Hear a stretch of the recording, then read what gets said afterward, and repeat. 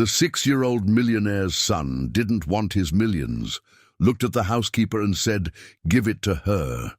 The millionaire was shocked when he investigated the housekeeper's conditions. The late afternoon sun filtered through the floor-to-ceiling windows of the Blackwood mansion's mahogany-paneled study, casting long shadows across the Persian rug that had cost more than most people's annual salary. Richard Blackwood, a man whose steel-grey eyes had negotiated billion-dollar hotel acquisitions across 3 continents, sat rigidly in his leather chair, his manicured fingers drumming impatiently against the polished desk. At 45, he possessed the kind of commanding presence that made boardrooms fall silent. Broad shoulders filling his custom Armani suit, salt and pepper hair perfectly styled, and a jawline that spoke of unwavering determination. Across from him sat his wife, Victoria, a woman who had transformed herself into the epitome of Beverly Hills sophistication. Her platinum blonde hair was pulled back in a flawless chignon, her designer dress hugging her still slender figure, and her lips painted in the same shade of crimson she'd worn to last week's charity gala. She checked her diamond-encrusted Cartier watch with visible irritation, her manicured nails tapping against her Hermès clutch. "Richard, we really must wrap this up," Victoria said, her voice carrying the refined accent she'd cultivated over years of elocution lessons. "The Hendersons are expecting us at the country club by 7, and you know how Margaret gets when we're late to her dinner parties." Between them, cross-legged on the antique ottoman that had been in Richard's family for generations, sat 6-year-old Lucas, a boy whose dark curls framed eyes that seemed far too wise for his age. Unlike his parents, Lucas appeared completely at ease in the formal setting, his small hands folded patiently in his lap, watching the interaction with the kind of quiet intensity that unnerved adults. The family's estate attorney, James Morrison, a thin man in his 60s with wire-rimmed glasses and a nervous habit of adjusting his tie, cleared his throat as he spread documents across the mahogany surface. "Mr. and Mrs. Blackwood, I understand your desire to finalize Lucas's trust arrangements. Given the substantial nature of the estate, we're looking at approximately $47 million in liquid assets, plus the hotel properties, real estate holdings, and investment portfolios. It's prudent to establish these protections early." Richard leaned forward, his business instincts taking over. "I want everything bulletproof, Morrison. Lucas needs to understand from an early age that with wealth comes responsibility.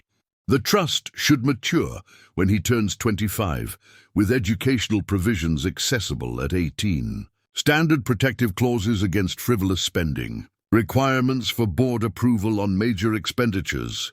"Daddy," Lucas interrupted softly, his young voice cutting through the adult conversation like a blade through silk. The room fell silent. Richard rarely tolerated interruptions, especially during business discussions, but something in his son's tone made him pause. "What is it, son?" "We're discussing important matters here." Lucas slid down from the ottoman and walked to the tall windows, his small frame silhouetted against the golden California sunset. Beyond the manicured grounds, the lights of Los Angeles twinkled in the distance, a reminder of the vast world that existed beyond their gated community. "I don't want the money," Lucas said simply, his words spoken with the matter-of-fact clarity that only children possess. Victoria laughed, the sound sharp and dismissive. "Oh, darling, you don't understand what money means yet. This is all for your future. College, a house, starting your own business someday." But Lucas shook his head, his dark eyes now focused on something across the room. In the far corner, barely visible in the afternoon shadows, Maria Santos worked quietly, dusting the extensive collection of first-edition books that lined the study's walls. She was a woman of 43, though hard work and worry had etched lines around her eyes that made her appear older. Her black hair, streaked with premature silver, was pulled back in a practical bun, and her simple grey uniform was impeccably clean, despite her long day of work. Maria had been invisible to most of the family for the 3 years she'd worked in the Blackwood household. She arrived each morning before dawn, her presence marked only by the scent of fresh coffee and the quiet efficiency with which she maintained their luxurious lifestyle. She never spoke unless spoken to, never lingered in rooms where family conversations took place, and never asked for anything beyond her modest salary. But Lucas had always seen her. The money should go to Maria, Lucas announced, pointing directly at the housekeeper with the unwavering certainty of youth.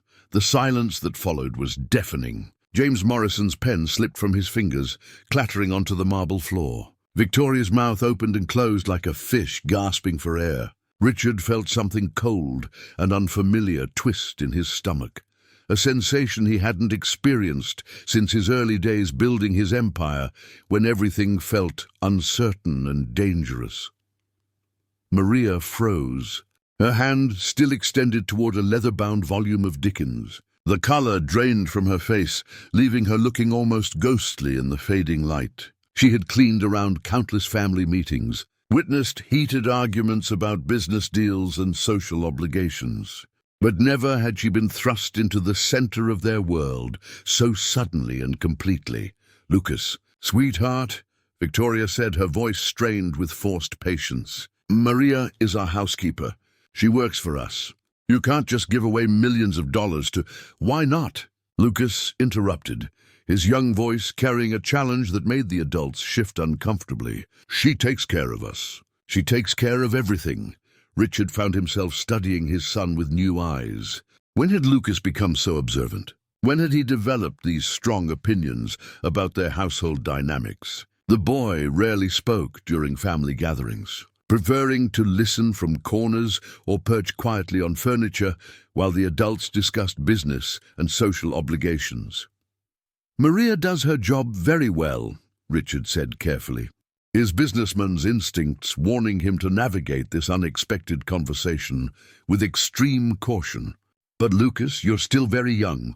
You don't understand how money works, how families preserve wealth across generations." "I understand that Maria gets up when it's still dark outside," Lucas said, his voice growing stronger with conviction. "I understand that she makes my breakfast the way I like it, with the pancakes shaped like dinosaurs. I understand that when I had that nightmare about monsters, she taught me how to breathe so I wouldn't be scared." Maria's eyes filled with tears she fought desperately to contain. She had indeed comforted Lucas during that terrifying night 6 months ago when his parents were attending a gallery opening in downtown LA. She had held him while he cried, taught him the breathing exercises her own grandmother had shown her decades ago in El Salvador, and stayed with him until he fell peacefully asleep. "Furthermore," Lucas continued, using a word that surprised everyone with its mature cadence, "Maria never asks for anything, but she gives us everything. That's what Grandpa Joseph used to say about truly rich people. They're the ones who give more than they take." The mention of Richard's late father hit like a physical blow. Joseph Blackwood had indeed said those words. During Richard's childhood in rural East Texas, back when they lived in a double-wide trailer and Joseph worked double shifts at the oil refinery to keep food on the table, it was a philosophy Richard had forgotten somewhere along his climb to the top of the hospitality industry. Victoria stood abruptly, her chair scraping against the hardwood floor. "This is absolutely ridiculous. James, please continue with the standard arrangements. Lucas will understand when he's older." But Lucas remained unmoved, his small frame radiating a determination that reminded Richard uncomfortably of himself during his most challenging negotiations. "If you give the money to me, I'll just give it to Maria anyway." The pronouncement hung in the air like smoke from an extinguished candle. Maria finally found her voice barely above a whisper. "Master Lucas, please." "I cannot. This is not appropriate." "Why?" Lucas asked, turning to face her directly. "You work harder than anyone I know. You care about people. You should have enough money to never worry about anything." Richard watched this exchange with growing fascination and discomfort. His son was articulating something that had been nagging at the edges of his consciousness for months, a growing awareness of the vast gulf between their protected world and the reality faced by people like Maria, but acknowledging that reality meant confronting questions about privilege, responsibility, and the true meaning of worth that Richard wasn't sure he was prepared to answer. The golden afternoon light continued to fade, casting the study in deeper shadows. But the tension in the room burned as bright as ever. The following morning arrived with the crisp clarity that only October in Los Angeles could deliver. Richard Blackwood stood in his corner office on the 42nd floor of the Blackwood International Tower, his hands clasped behind his back as he gazed out at the sprawling metropolis below. The city stretched endlessly in all directions, a patchwork of gleaming skyscrapers, modest residential neighborhoods, and everything in between. Somewhere out there, Maria Santos was beginning another day that started before sunrise. He couldn't shake his son's words from the previous evening. After the disastrous family meeting, Victoria had retreated to her suite with a migraine and a bottle of Chablis, muttering about inappropriate attachments.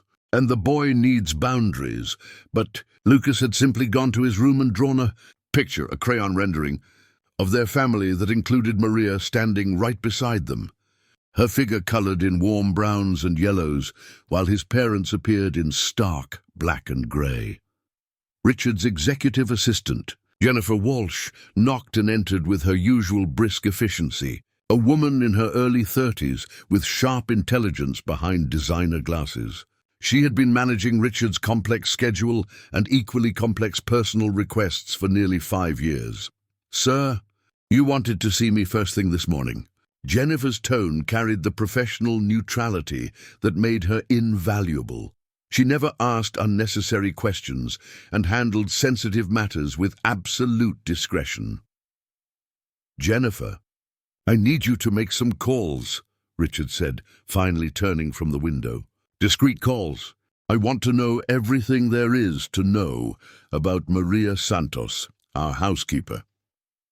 If Jennifer was surprised by the request, she didn't show it. She simply pulled out her tablet and stylus. "What level of detail are we talking about, Mr. Blackwood?" "Everything," Richard replied, settling behind his glass desk. "Background check, financial history, family situation, living arrangements, other employment, the full spectrum. But I want it done quietly. Use Davidson Investigations, but make sure they understand this is strictly confidential." "Of course, sir." "Should I prioritize this over the Henderson merger documents?" Richard paused, his fingers drumming against the cool surface of his desk. In the past, nothing would have taken precedence over a $40 million hotel acquisition. "Yes, make this the priority." As Jennifer left to execute his instructions, Richard found himself thinking about Maria's face the previous evening, the mixture of shock, embarrassment, and something else he couldn't quite identify.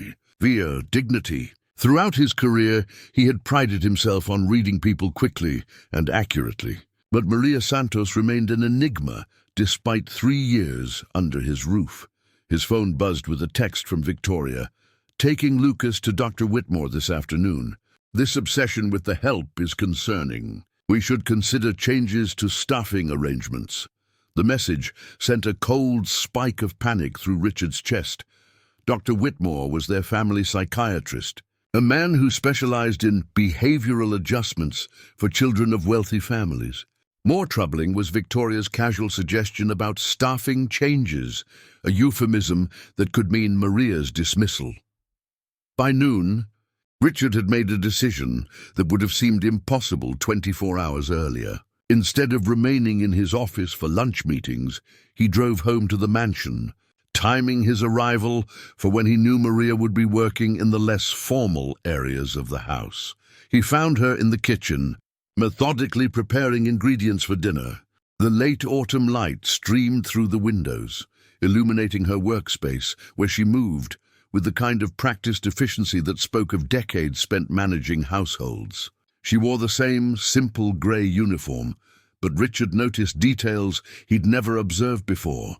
The careful way she arranged vegetables by color and size, the gentle humming of what sounded like a Spanish lullaby, the small silver cross that hung from a delicate chain around her neck. Maria, he said softly. Not wanting to startle her, she turned immediately, her dark eyes widening with surprise. Mr. Blackwood, I didn't expect you home. Is everything all right? Do you need something prepared? Her first instinct was to serve, to anticipate his needs. When had anyone in his life demonstrated such immediate consideration for his well-being? No, nothing like that, Richard replied, realizing he had no script for this conversation. I wanted to talk with you about yesterday, about what Lucas said. Maria's hands stilled on the cutting board, and he saw her shoulders tense almost imperceptibly. Sir, Master Lucas is a wonderful boy, but he's very young. Children sometimes say things they don't understand. I would never presume. How long have you worked for us, Maria? The question seemed to catch her off guard. 3 years, 2 months, and 16 days, she answered automatically, then flushed as if revealing too much precision might be inappropriate. And in all that time, have we ever had a real conversation? About your life, your family, anything beyond schedules and household management? Maria's discomfort was palpable. She clasped her hands in front of her, the gesture both protective and deferential. Mr. Blackwood, I believe in maintaining appropriate boundaries. Your family has always been generous and respectful employers. That's not what I asked, Richard pressed gently. He pulled out one of the kitchen stools, a piece of furniture he'd never sat on before, and gestured for her to join him. Please sit with me for a moment. The request clearly violated every protocol Maria had established for herself. She glanced toward the doorway, as if expecting Victoria to appear and catch them in this breach of household hierarchy. But something in Richard's expression, perhaps a vulnerability she'd never seen before, made her slowly take the stool across from him. Tell me about your morning routine, Richard said. Lucas mentioned you get up very early. Maria's laugh was soft, but tinged with exhaustion. I wake at 4:15 each morning. I take 2 buses to reach your neighborhood. The first bus doesn't run early enough for me to make it here by 6:30, with just 1 connection. 2 buses. Richard had never considered how his employees actually reached their jobs. His mental image of Maria's life had begun and ended at his front door. Where do you live? East LA, near the Maravilla projects, Maria replied carefully. It's not like your neighborhood, but the rent is manageable, and I can walk to my other jobs from there. Other jobs? For the first time, Maria met his eyes directly, and Richard saw a flash of pride mixed with defiance. I clean offices downtown 3 evenings a week, and I help cater quinceañeras and wedding receptions on weekends. Good, honest work. The implications hit Richard like a physical force. Maria was working 7 days a week, maintaining multiple employment relationships, commuting hours daily across a city notorious for its traffic, all while providing the level of care and attention to his family that he'd simply taken for granted. Maria, why do you work so much? I mean, if you don't mind me asking. She was quiet for a long moment, her fingers tracing patterns on the marble countertop. When she finally spoke, her voice carried the weight of burdens Richard was only beginning to understand. My father lives with me. He has diabetes, the kind that requires expensive insulin, special foods, regular doctor visits. My insurance from this job helps, but it doesn't cover everything. She paused, then continued with visible effort. There's also a girl in our neighborhood, Carmen.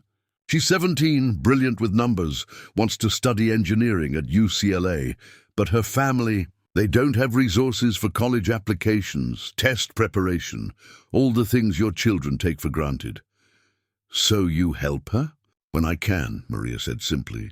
Everyone deserves a chance to use their gifts. Richard felt something. Fundamental shifting inside his chest, a recognition of a worldview so different from his own that it challenged everything he thought he understood about motivation and success. Maria wasn't working multiple jobs to accumulate wealth or status. She was working to care for people she loved, to create opportunities for others, to shoulder responsibilities that weren't technically hers, but which she'd claimed through simple human decency. His phone buzzed with another message from Victoria. But for the first time in years, Richard ignored it. "Lucas sees something in you that the rest of us have been too blind to notice," he said quietly. "I'm beginning to understand what that is." Maria's eyes filled with tears. She quickly blinked away. "Master Lucas is special. He has a gift for seeing people's hearts." "Maybe," Richard replied, "but I think you're the one who taught him how to look." The private investigation report arrived on Richard's desk 3 days later, delivered in the unmarked manila envelope that Davidson Investigations used for their most sensitive cases. Richard dismissed Jennifer for an early lunch, locked his office door, and spread the documents across his desk with the same methodical precision he applied to analyzing potential acquisitions. What he discovered in those 27 pages fundamentally altered his understanding of the woman who had been caring for his family with such quiet dedication. Maria Elena Santos, born 43 years ago in San Salvador, had immigrated to the United States at age 12 with her widowed father, Roberto.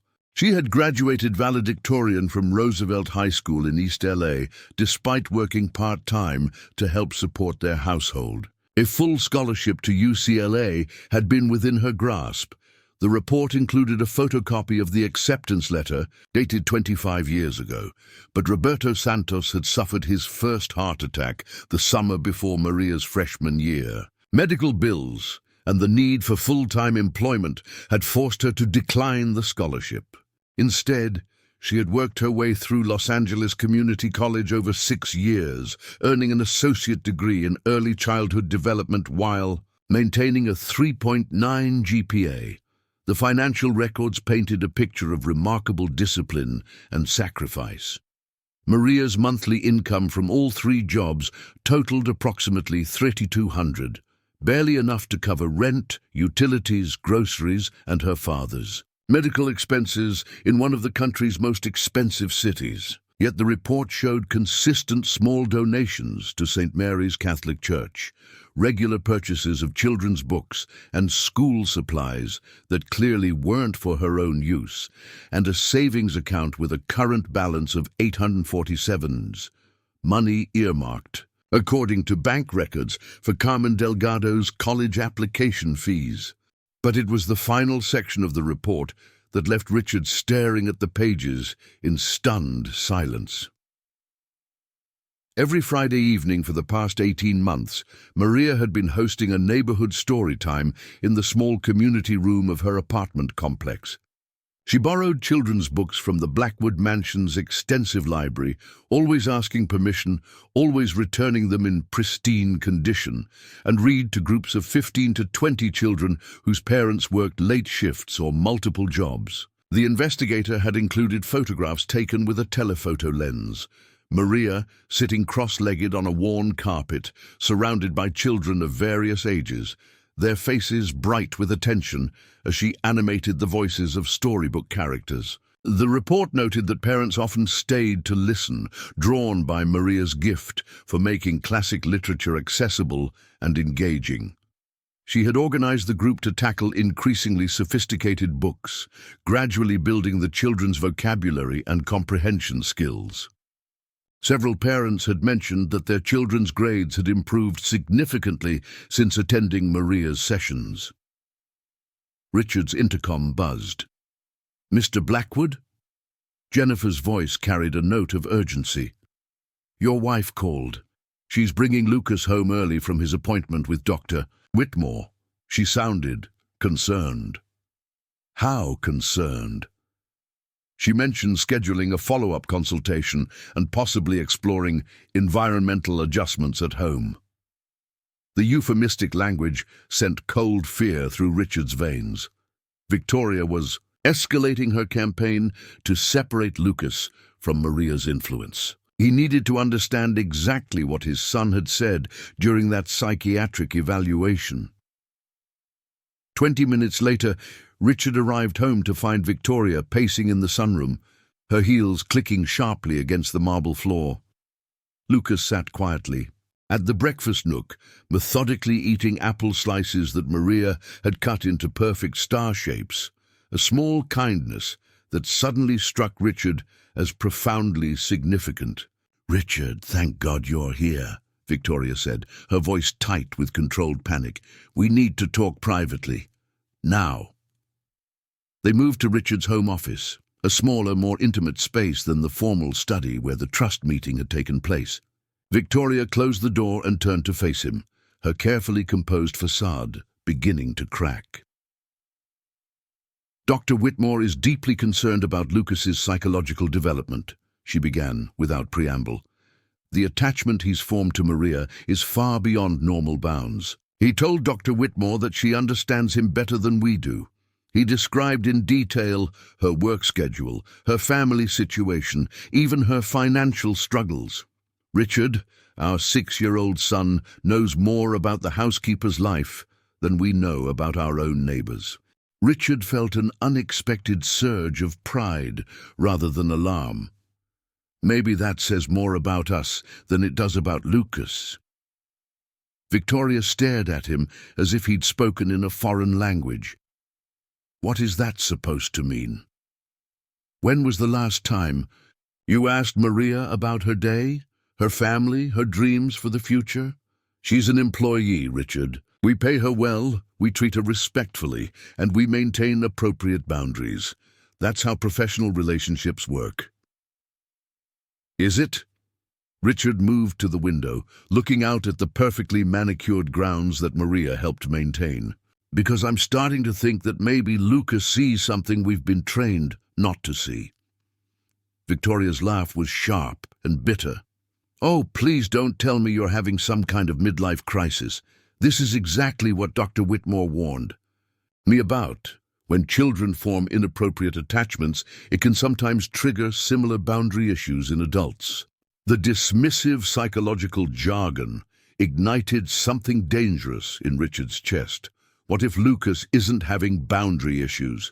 What if he's demonstrating emotional intelligence that we've lost somewhere along the way? Emotional intelligence? Victoria's voice rose to a pitch that would have carried through the house, if not for the office's thick walls. "Richard, the woman cleans our toilets. She folds our laundry. You cannot seriously be suggesting that we should model our family dynamics on the feelings of a domestic worker." The words hung in the air between them, revealing the vast philosophical chasm that Richard was only now recognizing.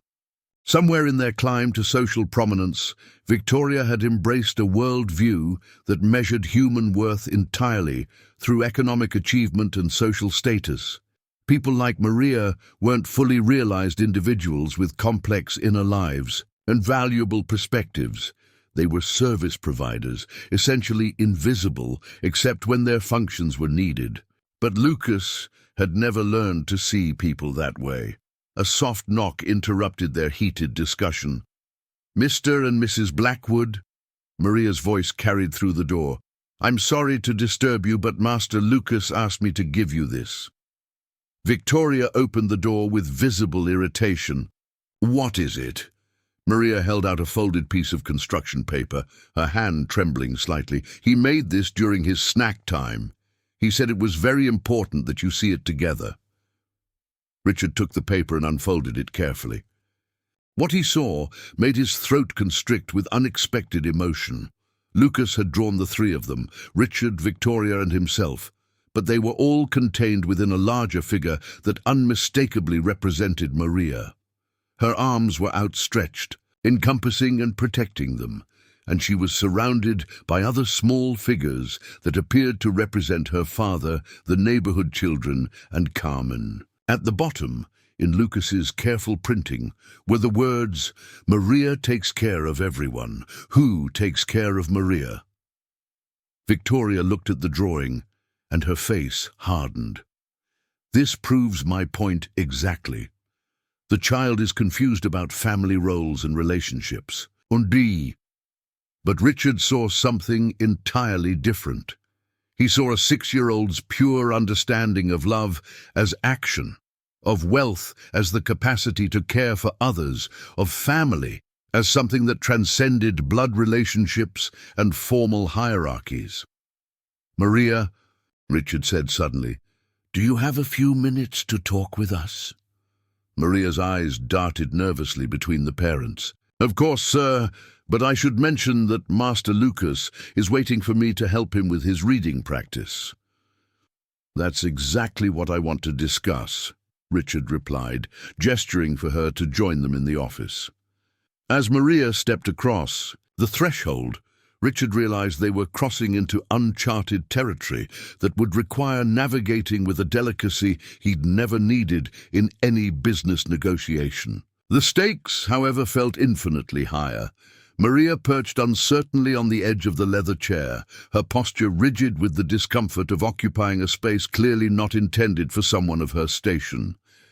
Richard noticed how she kept her hands folded tightly in her lap, as if afraid that touching the expensive furniture might leave some invisible mark of impropriety. Victoria remained standing, her arms crossed defensively across her chest, radiating the kind of cold disapproval that had intimidated society rivals and business competitors for years.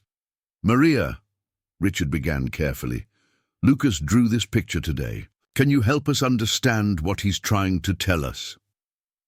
Maria glanced at the colorful drawings spread across Richard's desk, and her dark eyes immediately welled with tears she fought to contain.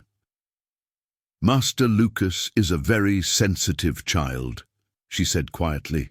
"Sometimes he notices things that perhaps adults don't expect him to see." "What kinds of things?" Victoria's voice carried a sharp edge of interrogation, rather than genuine curiosity. Maria looked down at her hands, clearly struggling with whether to speak honestly or maintain the protective silence that had served her well for 3 years. When she finally looked up, there was a quiet dignity in her expression that reminded Richard of his own mother during the hardest times of his childhood. "He notices when people are tired," Maria said slowly. "When they're worried about things they can't control. He notices when someone is trying very hard to make everything perfect for the people they love." The words landed with precision, creating ripples of recognition that neither Richard nor Victoria could ignore. Lucas hadn't just been observing Maria's care for their household. He'd been witnessing her constant state of concern for everyone in her orbit. "Maria," Richard continued, his voice gentler now, "tell us about Lucas's reading practice. How did that start?" A small smile flickered across Maria's face, the first genuine expression of joy Richard had ever seen from her. "About 8 months ago, I noticed he was struggling with some of the books his tutor assigned. Not because he couldn't read the words, but because he didn't understand why the stories mattered. So I started telling him about the books I borrowed from your library, the ones I read to the children in my neighborhood." Victoria's eyebrows shot up. "You've been borrowing our books?" "With permission," Maria said quickly, her face flushing with embarrassment. "I always ask, and I always return them in perfect condition. But Master Lucas became curious about why I wanted those particular stories. So I started explaining how the same book could mean different things to different children, depending on their experiences." Richard leaned forward, fascinated despite himself. "What do you mean?" "Louis, well, take The Secret Garden, for example," Maria said, her confidence growing as she moved into educational territory. "For the children in my neighborhood, it's not just about a girl discovering a hidden garden. It's about how something beautiful can grow in the most unlikely places, how patience and care can bring life back to things that seem dead. These children understand that metaphor in ways that perhaps children who have always had beautiful things might not." The observation was delivered without judgment, but it struck Richard with the force of a physical blow. Maria was describing Lucas's hunger for stories that connected to real human struggle and triumph, experiences that their wealth and privilege had effectively shielded him from understanding. "And Lucas responded to this approach?" Richard asked. "Master Lucas has a gift," Maria said, her voice warming with obvious affection. "He doesn't just read stories, he feels them. When we talked about characters who had to be brave in difficult situations, he started asking questions about real bravery, about what it means to take care of people who can't take care of themselves. Victoria's patience finally snapped. "This is exactly what I'm talking about, Richard. She's filling our son's head with poverty narratives and guilt about his advantages." Dr. Whitmore explained that children from privileged backgrounds need to develop healthy relationships with their circumstances, not neuroses about inequality. Or, Richard said quietly, maybe Lucas is developing empathy. The word hung in the air like a challenge. Victoria's face hardened into the expression she typically reserved for charity committee members who questioned her fundraising methods. "Empathy is a luxury we can afford to teach him when he's older and more emotionally mature," Victoria replied coldly. "Right now, he needs to develop confidence in his identity and his place in the world." Maria had gone very still during this exchange, her eyes fixed on her hands as if she could somehow disappear through sheer force of will. But Richard found himself studying her profile, noting the way her jaw tightened, almost imperceptibly at Victoria's words. "Maria," he said suddenly, "what do you think about what my wife just said?" The question clearly terrified her. Maria looked up with the expression of someone who had just been asked to walk across a minefield. "Mr. Blackwood, it's not my place to—" "I'm asking you to make it your place," Richard interrupted. "You spend more time with our son than either of us do. You've been observing his development, his needs, his struggles. I want to know what you think." Victoria's laugh was bitter and incredulous. "Richard, you cannot be serious. We're going to take parenting advice from the housekeeper?" Why not? The words came out sharper than Richard had intended. "She has a degree in early childhood development. She's raised neighborhood children whose academic performance has measurably improved under her guidance. She's managed to maintain relationships with multiple families while working 3 jobs and caring for her elderly father. Maybe we should be asking why we think our advanced degrees in business and social positioning make us better qualified to understand what Lucas needs emotionally." The silence that followed was deafening. Victoria stared at her husband as if seeing a stranger, while Maria appeared to be holding her breath. Finally, Maria spoke, her voice barely above a whisper. "Master Lucas is trying to understand how to love people," she said. "Not how to manage them or impress them or maintain appropriate distances from them. He wants to know how to love people in ways that actually help them." "And how?" Victoria asked with icy precision. "Does a 6-year-old learn to do that?"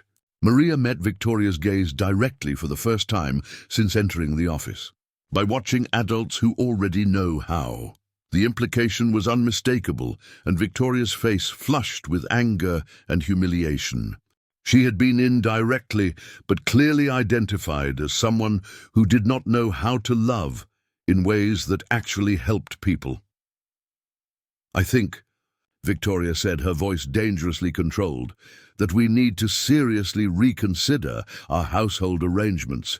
This conversation has confirmed my worst fears about inappropriate boundary violations and the confusion of roles that can damage a child's psychological development."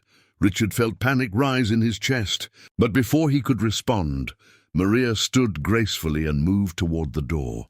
"Mrs. Blackwood," she said quietly, "if you decide that my presence here is harmful to Master Lucas, I will understand.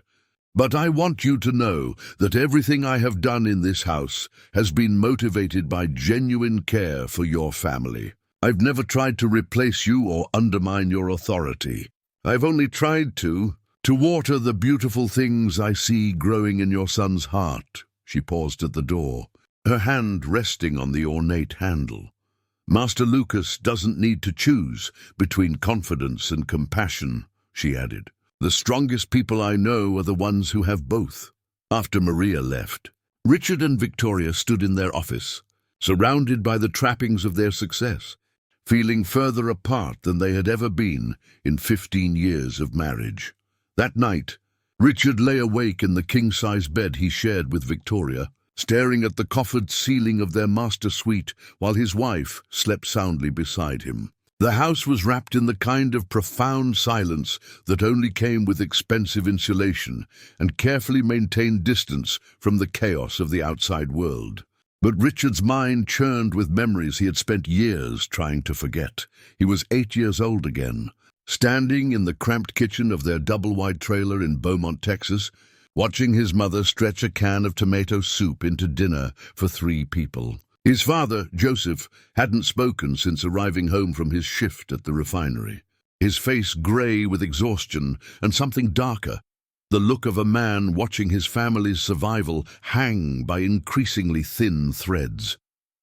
The electricity had been shut off 2 days earlier. His mother, Sarah, was heating the soup over a camping stove they'd borrowed from their neighbor, Mrs. Chen, a tiny Vietnamese woman who somehow managed to feed her own family of 5 on wages from cleaning office buildings downtown. "Joseph," Sarah had said quietly, stirring the thin soup with mechanical precision, "Mrs. Chen brought over rice and vegetables today. Said she made too much, but we both know that's not true." Richard remembered his father's shoulders sagging at the admission. Pride was a luxury they couldn't afford, but accepting charity felt like a daily death of something essential to his father's sense of himself as a provider. "What did you tell her?" Joseph had asked. "I thanked her and accepted it," Sarah replied simply. "Because our boy needs to eat, and Mrs. Chen needs to feel useful. Sometimes the kindest thing you can do is let people take care of you." Mrs. Chen had continued bringing food throughout that terrible winter when Joseph's hours were cut and medical bills from Richard's bout with pneumonia consumed what little savings they'd managed to accumulate. She never made it feel like charity. Instead, she'd invented elaborate stories about accidentally cooking too much rice, about vegetables that would go bad if someone didn't help her finish them, about wanting to try new recipes and needing taste testers. It wasn't until years later that Richard learned Mrs. Chen had been working double shifts specifically to afford the extra groceries she shared with the Blackwood family. She had been sending money to her own elderly parents in Vietnam while supporting her children's education and still finding ways to feed her neighbors. Richard rolled over, careful not to wake Victoria, and studied his wife's sleeping profile in the moonlight filtering through their custom window treatments. When had he stopped seeing people like Mrs. Chen? When had he begun thinking of service workers as functionaries rather than complex human beings with their own struggles, dreams, and remarkable capacity for grace under pressure? The answer was uncomfortable but clear. He had stopped seeing them when looking too closely became painful, when acknowledging their humanity required confronting the randomness of his own good fortune and the responsibilities that came with his wealth. His phone buzzed softly on the nightstand. A text message from an unknown number. "Mr. Blackwood, this is Carmen Delgado. Maria gave me your number. I hope that's okay.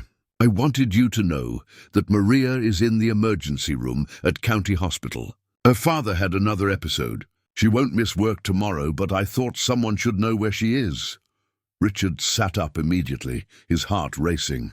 Carmen Delgado, the 17-year-old Maria, was helping with college applications. The girl was reaching out to her benefactor's employer at 2:30 in the morning, demonstrating the kind of mature judgment and concern that spoke volumes about Maria's influence in her young life. He slipped out of bed and moved to his home office, where he quickly researched County Hospital's emergency department. The reviews were mixed, understaffed, overwhelmed, serving primarily uninsured and underinsured patients from East LA's most economically challenged neighborhoods. The average wait time for non-critical cases was 8 hours. Maria was sitting in that hospital right now, probably in uncomfortable plastic chairs under harsh fluorescent lighting, worried sick about her father and undoubtedly calculating whether she could afford to miss work the following day. Meanwhile, Richard slept in a bedroom that cost more to furnish than most people earned in 2 years. He dressed quietly and made his way through the silent house, Past Lucas's room, where his son slept peacefully surrounded by expensive toys and educational materials he rarely touched. The books Maria had borrowed from the library were stacked neatly on Lucas's desk, classics like A Little Princess and The Giving, three that she'd chosen specifically to expand his understanding of resilience and generosity. As Richard reached the first floor, he noticed a light still on in the kitchen. He found Lucas sitting at the breakfast nook in his pajamas, methodically arranging the wooden toy cars Maria had helped him organize earlier that week. "Lucas, what are you doing awake, son?" The boy looked up with the solemn expression that had become increasingly familiar. "I couldn't sleep. I keep thinking about Maria." "What about Maria?" She seemed worried today. Different worried than usual. Lucas picked up a small red car and turned it over in his hands. "Maria has a special kind of worry. It's not scary worry like when Mom gets upset about parties and things. It's love worry." The phrase struck Richard with unexpected force. Love worry. When you worry because you love someone and you want to take care of them, but you can't control all the things that might hurt them. Lucas explained with the matter-of-fact clarity that continued to amaze his father. "Maria has love worry about her papa, and about Carmen, and about all the kids who come to story time, and about us too." Richard sat down across from his son, struck by the realization that Lucas had developed a sophisticated understanding of emotional complexity that Richard himself was only beginning to grasp. "How do you know so much about Maria's feelings?" "Lucas, because I pay attention," Lucas replied simply. "Maria taught me that paying attention is how you love people. You notice when they're happy, when they're scared, when they need something but don't want to ask for it." "And what do you think Maria needs right now?" Lucas considered the question with the seriousness of a much older child. "I think she needs someone to take care of her, the way she takes care of everyone else. But Maria doesn't know how to let people do that." The wisdom embedded in his son's observation left Richard momentarily speechless. Lucas had identified something crucial. Maria's reluctance to accept help wasn't pride or stubbornness, but a lifetime of conditioning that had taught her to be the caregiver, never the cared for. "Lucas," Richard said carefully, "what would you do if you had the power to help Maria?" "I'd make sure her papa got better," Lucas answered immediately. "And I'd help Carmen go to college so Maria wouldn't have to worry about that anymore. And I'd give Maria enough money so she didn't have to work 3 jobs and could spend more time reading stories to kids because that makes her really happy." Richard felt something crystallize in his chest, a clarity of purpose he hadn't experienced since his early days building his business empire. But this wasn't about accumulating wealth or power. This was about using what he'd accumulated to address the love worry of a woman who had taught his son more about genuine caring than anyone else in the boy's privileged life. "Son," Richard said quietly, "what if I told you that we might be able to do exactly those things?" Lucas's eyes lit up with hope that was immediately tempered by the skepticism of a child who had learned not to trust adult promises too quickly. "Would Mom let us?" The question cut to the heart of the growing divide in Richard's household. Victoria saw Maria as a threat to appropriate boundaries. Lucas saw her as a model of how to love people effectively. And Richard was beginning to understand that his son's perspective might be the more mature one. "I don't know," Richard answered honestly, "but I think it's time we found out." As dawn approached, Richard made a series of decisions that would have seemed impossible just days earlier. He was going to County Hospital to check on Maria and her father. He was going to learn everything he could about Carmen Delgado's educational aspirations. And he was going to discover whether the wealth he'd spent decades accumulating could be transformed into the kind of practical love that Maria demonstrated every single day. The drive from Beverly Hills to East LA took Richard through a geography of inequality that he had intellectually understood but never viscerally experienced. as his Mercedes navigated increasingly narrow streets lined with modest apartment buildings, corner markets with hand-painted signs in Spanish, and small houses with carefully tended gardens behind chain-link fences. Richard felt the comfortable distance of his usual world dissolving with each mile.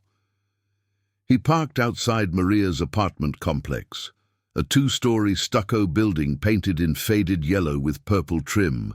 Its small courtyard centered around a concrete fountain that had been converted into a planter, overflowing with marigolds and geraniums. The building showed its age in cracked sidewalks and weathered paint, but everything was meticulously clean and cared for. Children's bicycles were arranged in neat rows, and someone had painted a colorful mural of butterflies and vines along one wall. Carmen Delgado was waiting for him in the courtyard, just as they'd arranged over text messages. She was a striking young woman with intelligent dark eyes and prematurely serious bearing that reminded Richard of Maria's quiet dignity. She wore a simple blue dress and carried a worn backpack that appeared to contain textbooks and notebooks, organized with the kind of precision that spoke of academic discipline. "Mr. Blackwood," Carmen said, extending her hand with confident formality. "Thank you for coming. I know this isn't your usual environment." Her directness impressed him. No apologies for the neighborhood's modest circumstances, no deference beyond basic courtesy. Carmen possessed the kind of self-possessed confidence that couldn't be purchased or inherited.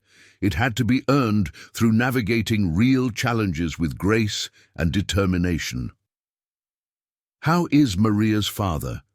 Richard asked. "Stable for now," Carmen replied, gesturing toward a small seating area formed by concrete benches around the courtyard's edge. "But the doctors say he needs consistent medication management and regular monitoring that's expensive, even with insurance. Maria spent the night at the hospital, but she'll be home soon to get ready for work. She doesn't know you're here." "I'm beginning to understand that Maria works very hard to keep different parts of her life separate," Richard observed. Carmen's smile was knowing and slightly sad. "Maria believes that accepting help makes her a burden. It's complicated. In our community, we take care of each other, but we also understand that people have pride.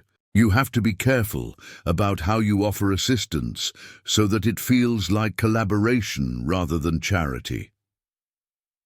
As if summoned by their conversation, residents began emerging from apartments and gathering in the courtyard. Richard realized that word of his presence had spread quickly through the building, and people were curious about the well-dressed stranger talking with Carmen in their shared space. An elderly man with weathered hands and intelligent eyes approached their bench.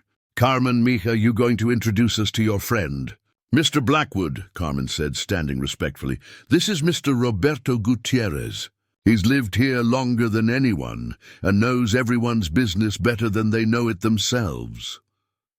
Roberto's laugh was warm and infectious. 43 years in this building, watching families grow up, watching young people like Carmen here get ready to change the world. He studied Richard with sharp attention. "You're Maria's boss, no?" "The hotel man." "Yes, sir," Richard replied, standing to shake Roberto's calloused hand. "Richard Blackwood. Roberto, I've heard good things about your family from Maria. She speaks very fondly of your boy, says he has an old soul and a good heart." More residents had gathered, creating an informal circle around the benches. Richard found himself being introduced to Mrs. Elena Vasquez, who managed the building and taught English classes in the community room. David Chen, a college student studying computer programming who tutored younger kids in math and science, and Isabella Santos, a nurse at County Hospital who had helped coordinate Roberto Santos's care during his emergency admission. What struck Richard most forcefully was the intricate web of mutual support that connected these families. Mrs. Vasquez provided childcare for parents working evening shifts. David Chen fixed computers and smartphones in exchange for home-cooked meals. Isabella Santos used her medical connections to help neighbors navigate the complex healthcare system. Everyone contributed according to their abilities and received according to their needs, creating an informal safety net that operated with remarkable efficiency. "Mr. Blackwood," Mrs. Vasquez said, her English careful but confident, "Carmen tells us you want to help Maria with her father's medical expenses. That's very generous, but I hope you understand, Maria is proud. She doesn't like to owe people, especially people she works for." "I'm learning that," Richard replied. "What would you suggest?" The residents exchanged glances that spoke of long experience with well-meaning outsiders, whose assistance sometimes created more problems than it solved. "Make it about more than just Maria," David Chen suggested. "If you want to help one person in our community, find ways to help the community. Then it's not charity, it's investment." "What do you mean?" Roberto Gutierrez leaned forward, his expression becoming more serious. "Maria is special, but she's not unique. We have other families dealing with medical costs. Other bright kids like Carmen who need help with college expenses, other people working multiple jobs just to survive. If you really want to honor what Maria has given your family, think bigger than just paying her bills." Isabella Santos nodded in agreement. "And make sure any help comes with respect for what we're already doing right. We're not a broken community waiting to be fixed. We're a strong community that could be stronger with the right kind of support." Richard felt a familiar sensation, the mental shift that occurred when he encountered a challenge that required completely reconceptualizing his approach. These people weren't asking for handouts or expressing gratitude for his benevolent interest. They were describing a partnership model that respected their existing strengths while addressing genuine resource gaps. "What would that look like practically?" Richard asked. Carmen pulled a worn notebook from her backpack and flipped to a page covered with neat handwriting and careful diagrams. "We've actually been talking about this for months. Mrs. Vasquez wants to expand the English classes, but needs funding for materials and maybe a part-time assistant. David thinks we could start a computer lab where kids learn programming skills while helping seniors navigate technology. Isabella has ideas about a community health program that could provide preventive care and health education." "And Maria?" Richard asked. "Maria dreams about expanding the Storytime program," Mrs. Vasquez said with obvious affection. "She talks about having enough books for kids to take home, maybe adding writing workshops where children can create their own stories. She has plans for field trips to museums and libraries, ways to connect reading to real experiences that would help kids see possibilities beyond their immediate circumstances." Richard absorbed this information with growing excitement. What these residents were describing wasn't a charity case requiring his rescue. It was a vibrant community with clear vision for its own development, lacking only the financial resources to implement programs they had already designed and tested on a smaller scale. A car door slammed in the parking lot, and everyone turned to see Maria emerging from a taxi, moving with the exhausted determination of someone who had spent the night in a hospital chair. She wore the same clothes from the previous day, now wrinkled and showing the strain of her long vigil.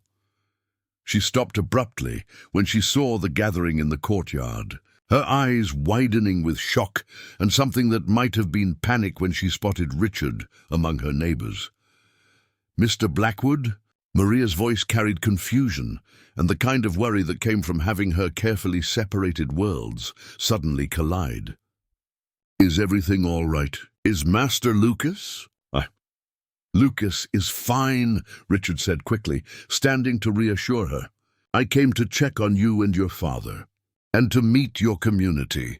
Maria looked around the circle of her neighbors' faces, clearly trying to assess whether Richard's presence represented some kind of threat to the delicate balance she'd maintained between her work life and her personal life. "Maria," Carmen said gently, "Mr. Blackwood has been learning about our neighborhood, about the things we're trying to build here." "I've been learning," Richard said carefully, "about the difference between charity and partnership. Your neighbors have been very educational. Maria's shoulders relaxed slightly, but her expression remained cautious.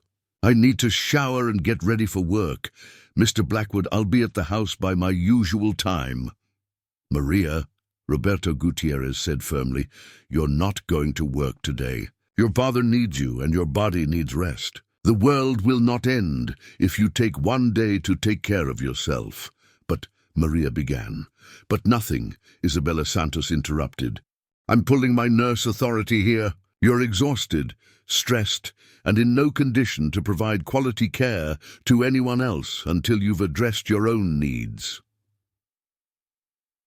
Richard watched this exchange with fascination. Maria was receiving the kind of loving, authoritative care from her community that she provided to everyone else, but she was clearly struggling to accept it.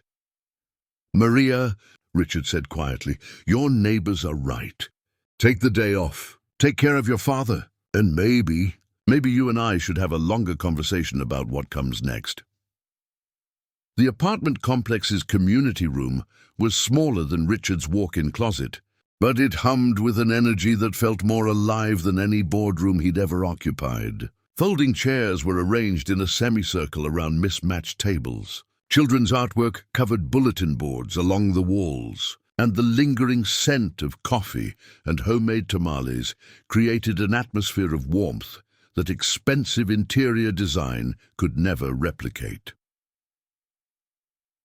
Maria sat across from Richard at one of the scarred wooden tables, her hands wrapped around a steaming mug of café con leche that Mrs. Vasquez had insisted on preparing. Despite her exhaustion, Maria's posture remained straight, her dignity intact, even as she struggled with the vulnerability of having her employer witness her most private struggles.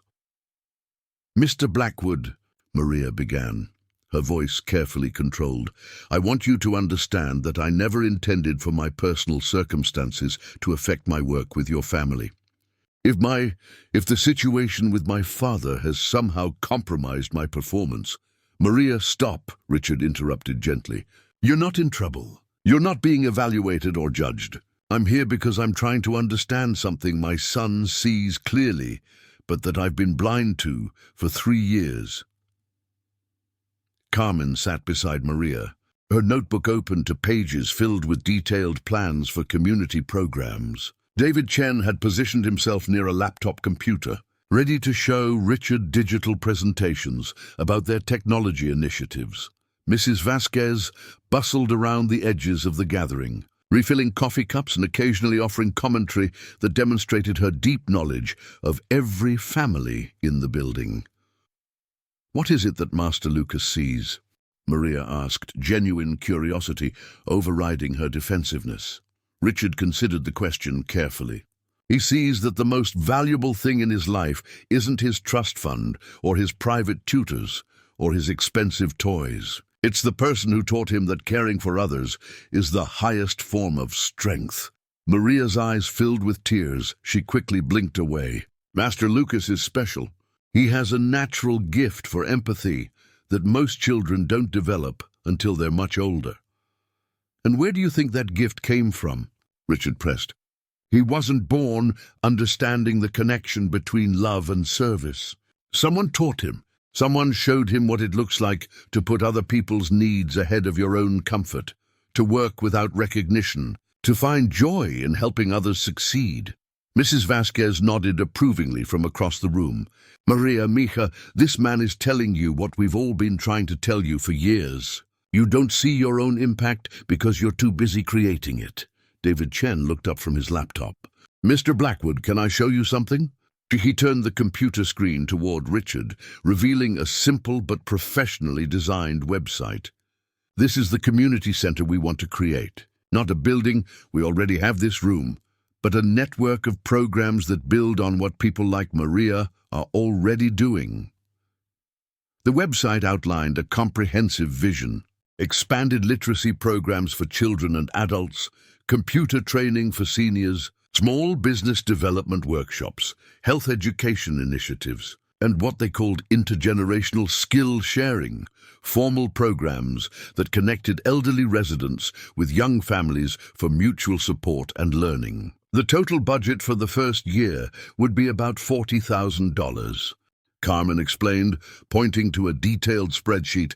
That includes materials, part-time coordinator salaries, transportation for field trips, and technology upgrades. We've researched similar programs in other communities, and we know what works. Richard studied the numbers with the analytical precision he applied to hotel acquisition deals. What struck him immediately was the extraordinary leverage of the proposed investment. $40,000 would impact approximately 200 residents directly and their extended families indirectly. The cost per beneficiary ratio was better than any charitable initiative he'd ever encountered. But more importantly, this wasn't a top-down charitable program designed by outsiders. This was a community-driven initiative developed by people who understood their own needs and had clear vision for addressing them. They weren't asking Richard to save them. They were asking him to invest in solutions they had already designed and partially implemented. "Maria," Richard said slowly, "I need to ask you something directly. If money weren't an issue, if your father's medical care was fully covered, if Carmen's college expenses were handled, if you could reduce your work schedule to focus on the programs you really care about, what would you want to create?" Maria was quiet for a long moment, staring into her coffee as if the answer might be written in the steam. When she finally looked up, her expression held a vulnerability Richard had never seen before. "I would want every child in this neighborhood to know that reading can take them anywhere," she said softly. "I would want them to have access to books they can keep, not just borrow. I would want writing workshops where they can tell their own stories and see them treated as important. I would want field trips to places where they can meet people who look like them, but who are doctors, teachers, engineers, artists." Her voice grew stronger as she continued. "I would want their parents to feel welcome in those learning spaces, so that education becomes something families do together rather than something that separates children from their heritage. I would want what Master Lucas has, but adapted for children whose families don't have resources, but who have so much love and wisdom to share.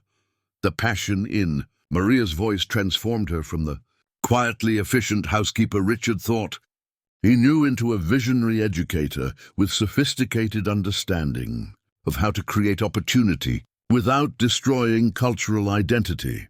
Isabella Santos had joined their conversation, having finished her shift at the hospital.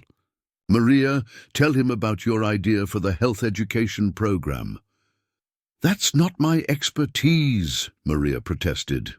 "But you see the connections," Isabella insisted. "Tell him about the children whose families don't know how to navigate the healthcare system, who miss school because of untreated conditions that could be prevented with better information." Maria nodded reluctantly. "In my story time groups, I notice which children are frequently absent, which ones seem tired or unfocused. Often it's because of health issues that families don't know how to address, not because they don't care, but because the system is complicated and intimidating, especially if English isn't your first language." She looked at Isabella for encouragement before continuing. "Isabella and I have talked about creating family health workshops that would be educational, but also practical, teaching parents how to prepare nutritious meals on tight budgets, how to recognize symptoms that require medical attention, how to advocate for their children in school health programs."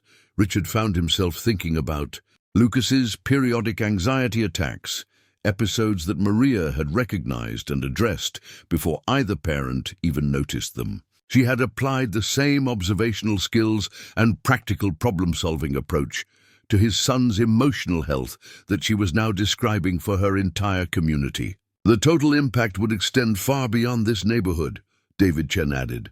"Kids who grow up with strong literacy skills and health awareness become adults who contribute to the broader community." Parents who develop confidence in navigating systems become advocates for other families. These aren't just local improvements.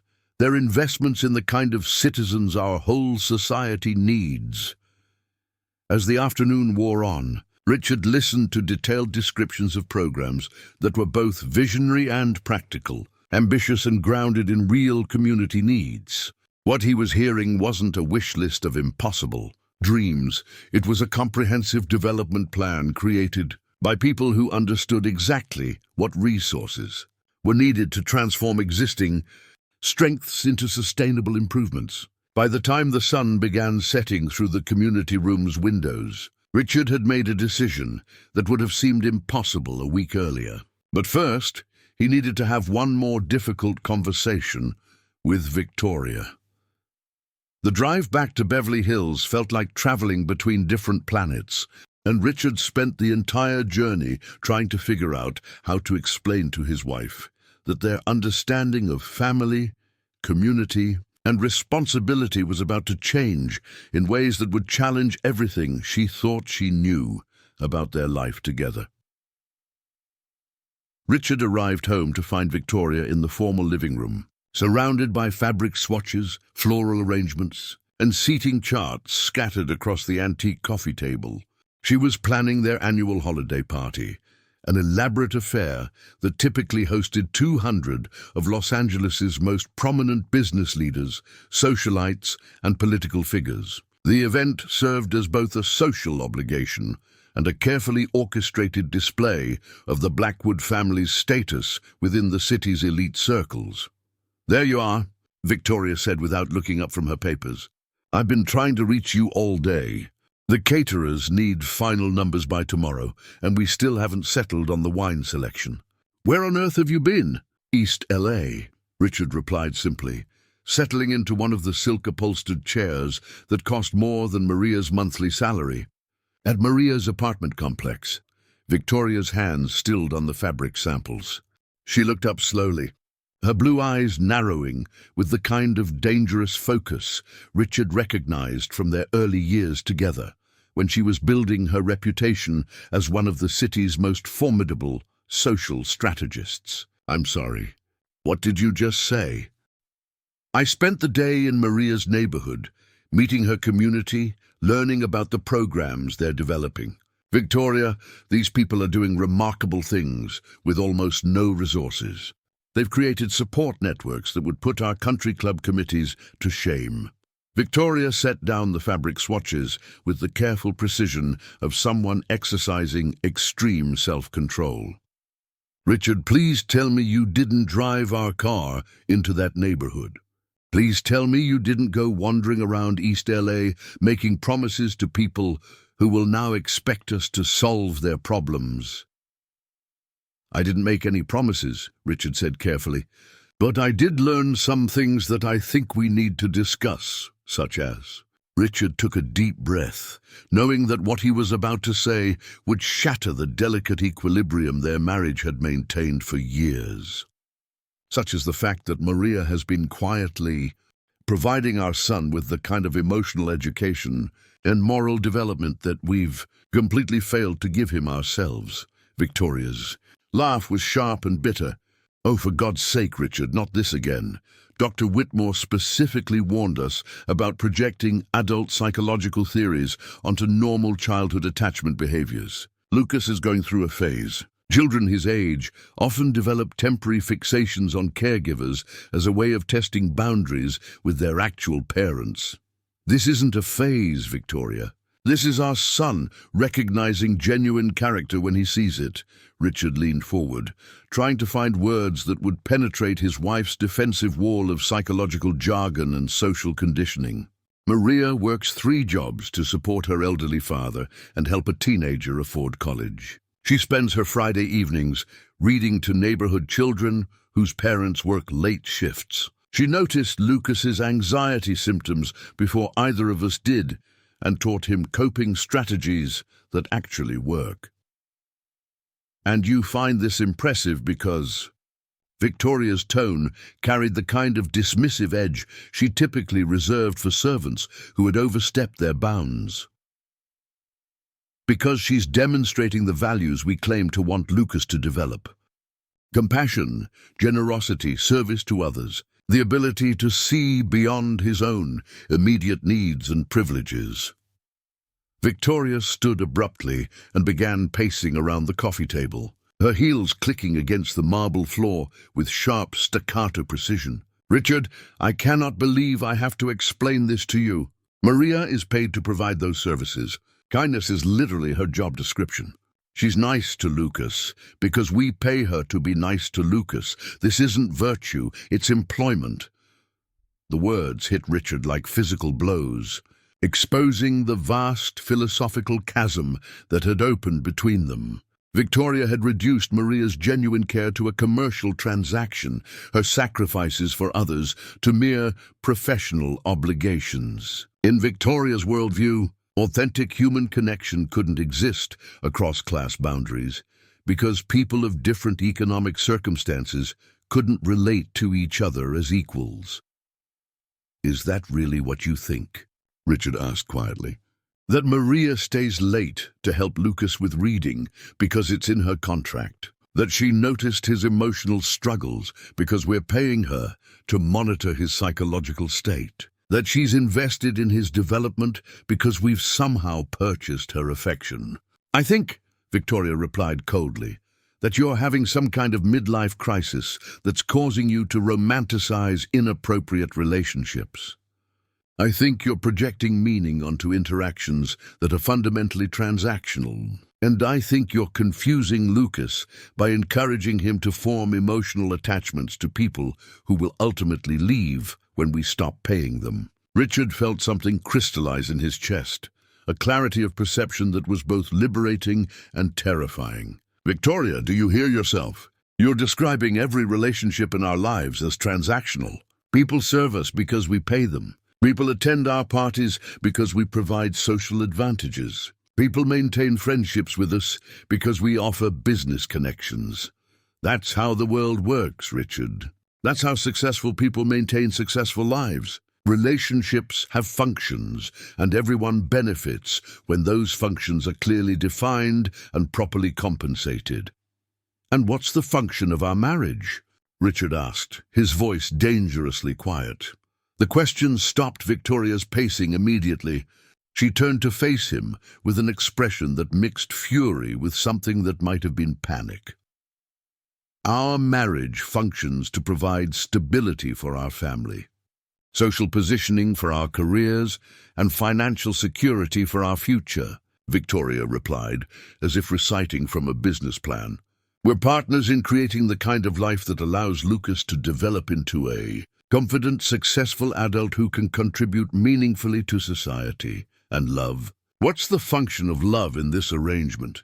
Victoria's face hardened into the expression Richard had seen her use with charity committee members who questioned her methods or criticized her fundraising strategies. "Love is what makes the arrangement pleasant, rather than merely practical. Love is the emotional reward for fulfilling our respective obligations effectively." Richard stared at his wife, this woman he had shared a bed with for 15 years, built a business empire alongside, created a child with, and realized he was looking at a stranger, somewhere along their climb to social and financial prominence. Victoria had replaced authentic human connection with a sophisticated system of transactional relationships maintained through careful management of expectations and mutual benefits. "Victoria," Richard said slowly, "what if I told you that I want to change how we live? That I want to use our wealth to support Maria's community programs? That I want Lucas to grow up understanding that our advantages come with responsibilities to people who haven't been as fortunate? Delay, I would say that you're suffering from some kind of psychological break that's causing you to make decisions that could damage our family's reputation and financial security." Victoria replied without hesitation. "I would say that if you want to pursue philanthropic activities, we can increase our donations to established charities with proper oversight and tax benefits. I would say that involving our household staff in our family's financial decisions crosses boundaries that exist for good reasons. And if I said that I've already decided to move forward with supporting Maria's programs regardless of your objections?" Victoria's composure finally cracked. Her face flushed with anger and what Richard was beginning to recognize as genuine fear, not fear of financial loss, but fear of losing control over the carefully constructed life that defined her identity and social position. "Then I would say that you're forcing me to choose between enabling your self-destructive behavior and protecting our son from the consequences of your poor judgment," Victoria said, her voice shaking with suppressed fury. "I would say that if you insist on pursuing this obsession with the help, I'll have no choice but to take steps to protect Lucas's stability and our family's reputation." The threat was unmistakable. Victoria was prepared to use Lucas as leverage to maintain the status quo, to frame Richard's desire to act on his son's moral clarity as a form of neglect that required intervention. Richard felt the last vestiges of his old life crumbling around him, but instead of panic, he experienced something unexpected: relief. For years, he had been living according to Victoria's definition of success, measuring their family's worth through accumulation of wealth and social status, rather than their capacity to contribute meaningfully to the world around them. Lucas had shown him a different path, one that led toward the kind of person his son naturally wanted to become, and the kind of man Richard himself had once hoped to be, before ambition replaced compassion in his hierarchy of values. "Victoria," Richard said quietly, "I think we need to have a much longer conversation about what we both want for our family's future. Because I'm beginning to understand that we may want fundamentally different things." As evening light faded through the formal living room's windows, Richard and Victoria sat surrounded by the symbols of their shared success, finally acknowledging that their marriage had become another carefully managed transaction, and that their son's moral development was forcing them to confront whether that arrangement was sustainable for any of them. The weeks that followed felt like living through an earthquake in slow motion, familiar, structures shifting and cracking while new foundations gradually took shape beneath the surface chaos. Richard found himself occupying two distinct worlds that seemed increasingly incompatible: the gleaming corporate environment where he managed hotel acquisitions and board meetings, and the vibrant community spaces where Maria's neighbors were implementing programs that transformed lives with budgets smaller than his monthly car payment. The crisis point came on a Thursday evening in late November. Richard had spent the afternoon at the community center working with Carmen and David Chen to finalize the technology lab proposal when he received an urgent text from Victoria. "Emergency. Come home immediately. Bring your lawyer." He arrived at the mansion to find Victoria waiting in the formal study, flanked by James Morrison, their family attorney, and Dr. Whitmore, the child psychiatrist whose previous recommendation had sparked this entire journey. Lucas sat in a chair that dwarfed his small frame, his face pale but determined in a way that reminded Richard of himself during his most challenging business negotiations. "Richard, thank God you're here," Victoria said, her voice tight with controlled panic. "We need to discuss Lucas's living arrangements immediately." "His living arrangements?" Richard's voice carried a dangerous edge. "What are you talking about?" Dr. Whitmore cleared his throat, consulting notes on his tablet with the officious manner of someone delivering a predetermined diagnosis. "Mr. Blackwood, I've been monitoring Lucas's psychological development since our initial consultation, and I'm deeply concerned about the increasing instability in his emotional attachments and behavioral patterns." "Could you be more specific?" Richard asked, settling into the chair beside his son and noting how Lucas immediately moved closer to him. "Lucas has been expressing anxiety about his family's financial obligations to household staff," Dr. Whitmore continued. He's demonstrated obsessive concern about economic inequality and has begun questioning fundamental aspects of his family's lifestyle and social positioning. These behaviors suggest an unhealthy fixation that could impede his normal psychological development. Richard felt fury building in his chest, but his voice remained calm. Dr. Whitmore, are you suggesting that compassion for others and awareness of social responsibility represent psychological disorders? I'm suggesting, Dr. Whitmore replied stiffly, that 6-year-old children shouldn't be burdened with complex socio-economic concerns that create anxiety and guilt about circumstances beyond their control. Lucas needs to develop healthy relationships with his advantages before he can meaningfully engage with questions about social responsibility. And your recommendation is? Victoria leaned forward, her expression mixing desperation with determination. Dr. Whitmore believes that Lucas would benefit from a more structured environment where his social interactions are carefully managed and his educational experiences are focused on age-appropriate development. Milestones. The euphemistic language couldn't disguise what they were proposing, removing Lucas from the home environment where he had formed meaningful connections with Maria and potentially sending him to boarding school where his inappropriate attachments could be severed and his worldview reshaped according to their preferences. What does Lucas think about this recommendation? Richard asked, turning to face his son directly. Lucas looked up at his father with eyes that seemed far too wise for his age. Daddy, I don't want to go away to school. I want to stay home with you and Maria and keep learning about how to help people. But sweetheart, Victoria interjected, her voice artificially gentle, you could meet other children from families like ours.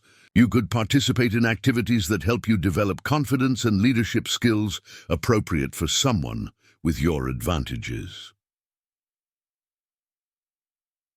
I don't want to meet children who don't care about people who need help, Lucas replied with startling directness.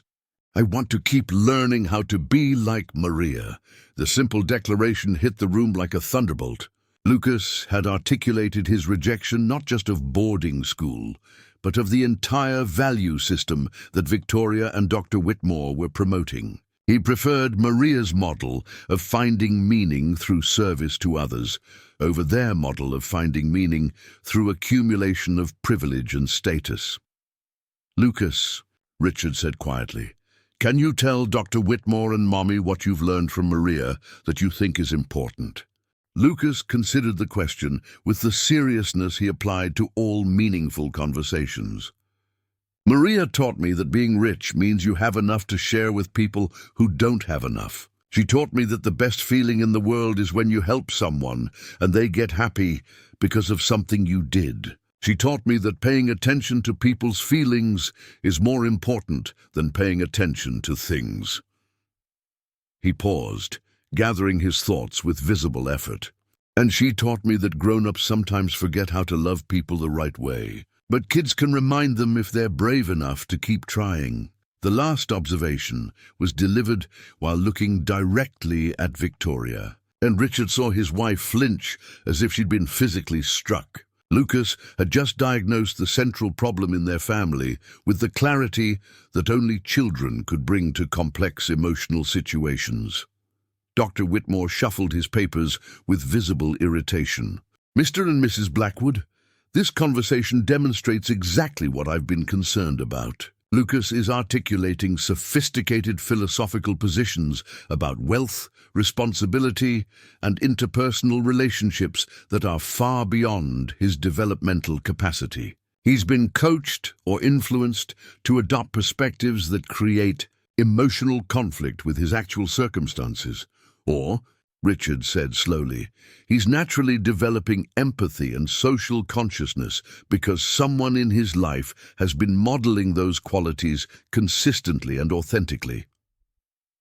Richard, please, Victoria's voice cracked with desperation. You have to see that this isn't healthy. Lucas is 6 years old. He shouldn't be worried about economic inequality or feeling guilty about our lifestyle. Children need to feel secure in their families and confident about their futures, not burdened with responsibility for solving society's problems. Richard stood and moved to the window, looking out at the carefully manicured grounds that Maria helped maintain. In the distance, he could see the lights of Los Angeles stretching toward the neighborhoods where Maria's friends and neighbors were working multiple jobs, caring for elderly parents and creating opportunities for their children despite overwhelming economic challenges. "Victoria," Richard said finally, "what if Lucas isn't being burdened with inappropriate responsibility? What if he's developing exactly the kind of character we should want him to have?" "Character?" Victoria's laugh was bitter and desperate. "Richard, character is important, but it has to be balanced with practical understanding of how the world actually works. Lucas needs to learn how to be generous within appropriate boundaries, how to help others without sacrificing his own security and opportunities." "And who's going to teach him that balance?" Richard asked. "Us? Because I'm looking at our life together, and I'm not sure we've figured out that balance ourselves." The silence that followed was profound and uncomfortable. James Morrison cleared his throat and began organizing his papers with the efficient movements of someone who recognized that his legal services wouldn't be required for this particular family crisis. Dr. Whitmore made one final attempt to assert his professional authority. "Mr. Blackwood, I'm recommending that Lucas be placed in a more structured environment where his social development can be properly guided. The current household dynamics are creating confusion about roles, boundaries, and appropriate relationships that could have long-term psychological consequences." Richard turned from the window to face the room, his decision crystallizing with the same clarity he'd experienced during his most successful business deals. But this wasn't about profit margins or market position. This was about the kind of father he wanted to be and the kind of man he wanted his son to become. "Dr. Whitmore, I think your services are no longer needed," Richard said calmly. "James, thank you for coming, but this isn't a legal matter. It's a family decision." Victoria's face went white. "Richard, you can't just dismiss professional recommendations because they conflict with your current emotional state. This is about Lucas's well-being." "This is about Lucas's moral development," Richard interrupted. "And he's teaching us more about character than any of us are teaching him." He knelt beside his son's chair, bringing himself to Lucas's eye level. "Son, do you remember what Maria said about the difference between being wealthy and being rich?" Lucas nodded solemnly. "Wealthy is when you have a lot of money. Rich is when you have enough love to share with people who need it. And which do you think our family should try to be?" "Rich," Lucas replied immediately. "Because being wealthy is just about us, but being rich is about everyone." Richard stood and faced Victoria with the kind of resolve that had once built their business empire, but was now rebuilding their family's moral foundation. "Victoria, I've made my decision. We're going to support Maria's community programs. We're going to model for Lucas what it means to use privilege responsibly. And we're going to trust our son's instincts about character because they're proving to be more reliable than our adult assumptions about appropriate boundaries." The battle lines were drawn, and Richard knew that the choices made in the coming days would determine not just Lucas's immediate future, but the fundamental direction of their family's life together. The confrontation came to a head on a crisp December morning when Richard found Victoria in Lucas's bedroom, methodically packing his clothes into expensive leather suitcases. She moved with the efficient precision of someone executing a carefully planned operation, folding his school uniforms and placing his favorite books into organized compartments. "What are you doing?" Richard asked, though the answer was painfully obvious. "I'm taking Lucas to stay with my sister in San Francisco for a few weeks," Victoria replied without pausing in her packing. "He needs distance from this situation while we sort out our differences. Margaret has already enrolled him. Temporarily at St. Andrews, it's an excellent preparatory academy where he can experience the kind of structured environment Dr. Whitmore recommended. You can't just take a son away because you disagree with my decisions. Victoria straightened, holding one of Lucas's sweaters, a soft blue cardigan that Maria had carefully mended after he'd caught it on a playground fence. I can and I will. Richard, you've lost perspective completely. You're making financial and emotional decisions based on a 6-year-old's fantasy about economic justice. Someone has to protect Lucas from the consequences of your poor judgment.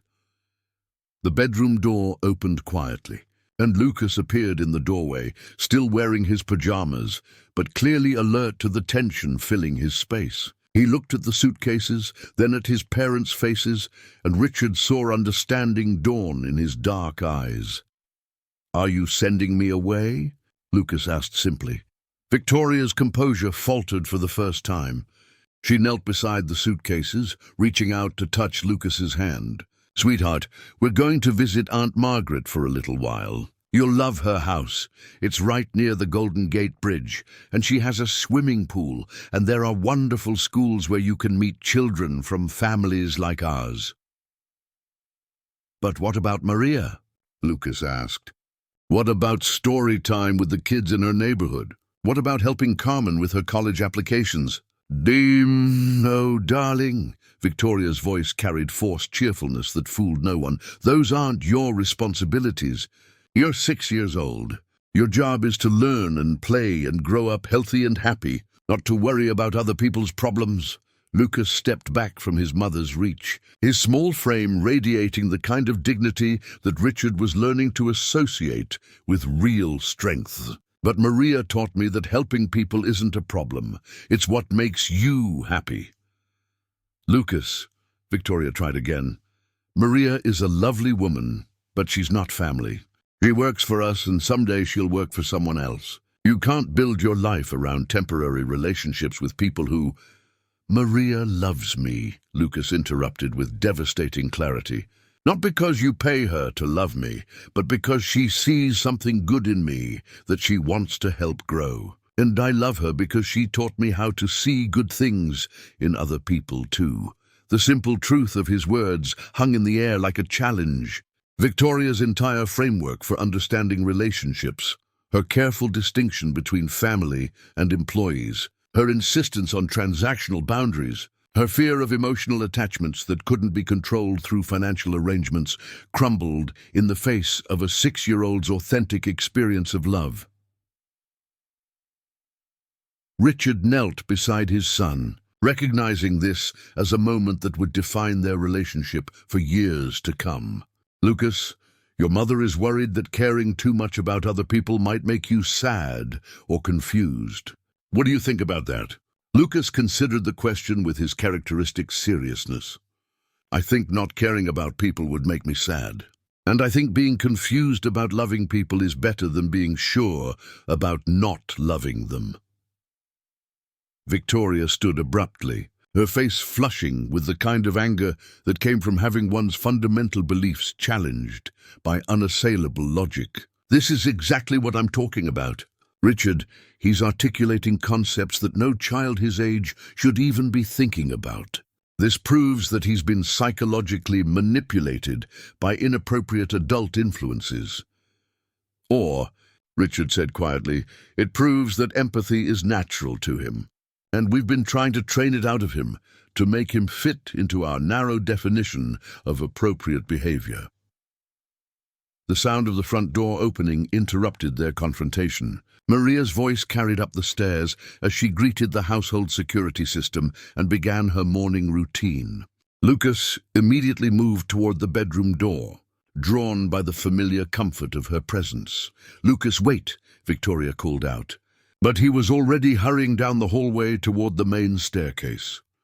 Richard and Victoria followed, arriving in the kitchen to find Lucas wrapped in Maria's arms, while she listened to his whispered explanation of the morning's events. Maria's face was grave as she absorbed the implications of the packed suitcases and family tension. "Master Lucas, Maria said gently. Sometimes grown-ups have to make difficult decisions about what's best for families.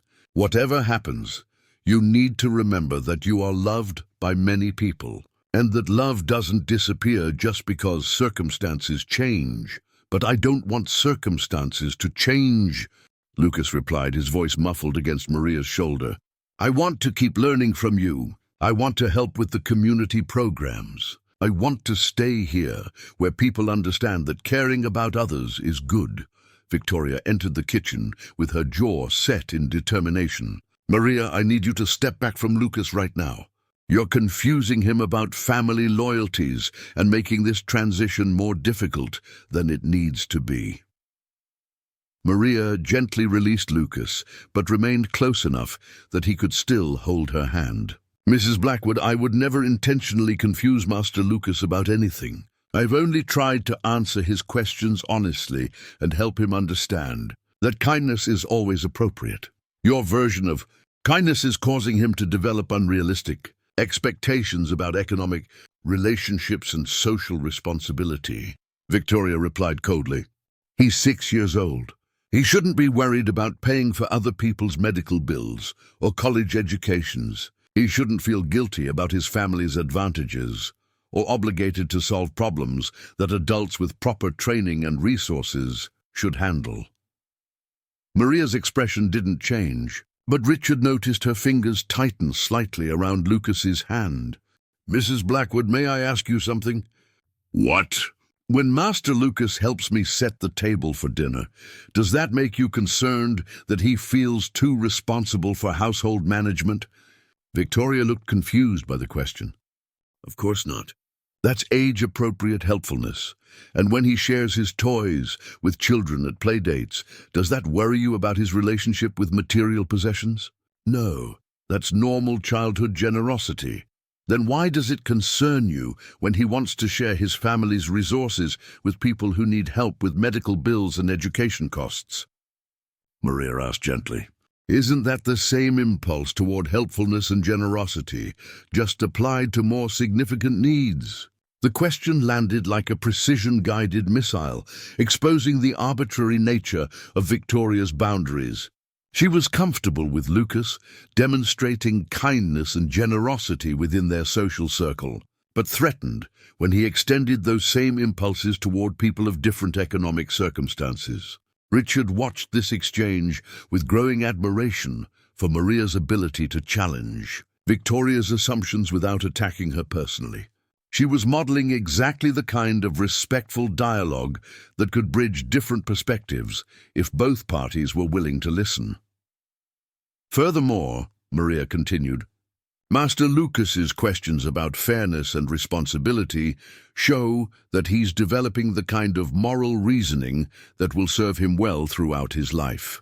He's learning to think beyond his immediate self-interest, to consider how his choices affect others, to find meaning through contribution rather than just consumption. But he's learning these things from you instead of from us, Victoria said. And for the first time, Richard heard vulnerability beneath her anger. He comes to you with his questions and concerns. He trusts your judgment more than ours. He's forming his understanding of right and wrong based on your values rather than his family's values. The admission revealed what Richard was beginning to understand was Victoria's deepest fear. Not that Lucas would develop inappropriate attachments to household staff, but that those attachments would demonstrate the inadequacy of her own parenting and the emptiness of the value system she'd worked so hard to construct.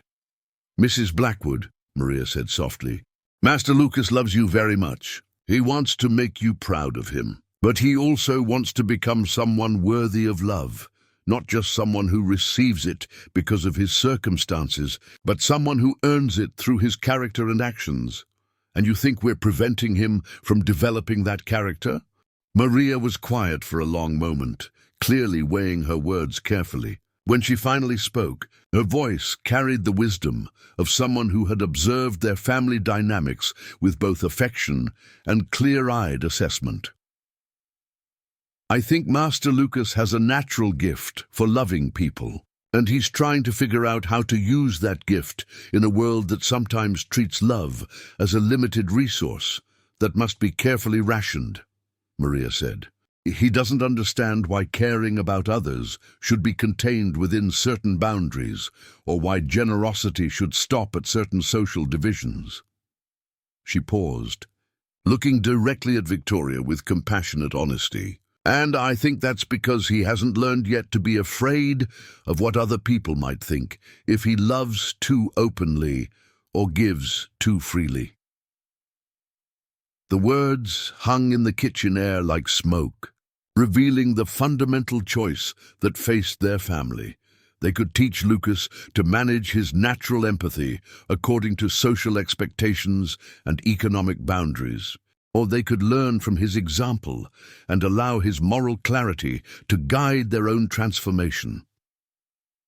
Victoria stood frozen between her packed suitcases upstairs and her son's questioning eyes, finally forced to confront whether her fear of social judgment was worth sacrificing the authentic relationships that were nurturing Lucas's best qualities. Richard realized that this moment, this conversation in their kitchen on a December morning, would determine not just Lucas's immediate future, but the fundamental direction of their family's moral development for generations to come. 6 months later, the Blackwood mansion had been transformed in ways both subtle and profound. The formal dining room that had once hosted carefully orchestrated dinner parties for Los Angeles elite now served as a meeting space where Maria, Carmen, and other community leaders gathered weekly to coordinate their expanding educational programs. The study where Lucas had first shocked his parents by rejecting his inheritance had become a homework center where neighborhood children worked alongside professional tutors, their diverse voices creating a vibrant energy that expensive silence had never achieved. Richard stood in the kitchen on a warm June morning, watching Maria teach Lucas and 3 other children how to prepare traditional Salvadoran pupusas for their weekly cultural exchange lunch. Carmen was there too, home from her first semester at UCLA on a full scholarship that covered not just tuition but living expenses and study abroad opportunities. She moved between helping with the cooking and explaining calculus concepts to a younger student who showed promise in mathematics.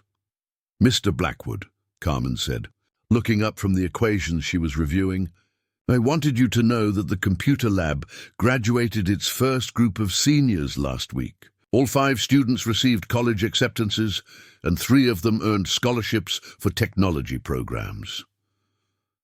"That's wonderful," Richard replied, genuinely moved by the news. The computer lab had been one of the first programs they'd fully funded, transforming David Chen's vision into a comprehensive technology education center that served both children and adults in the community.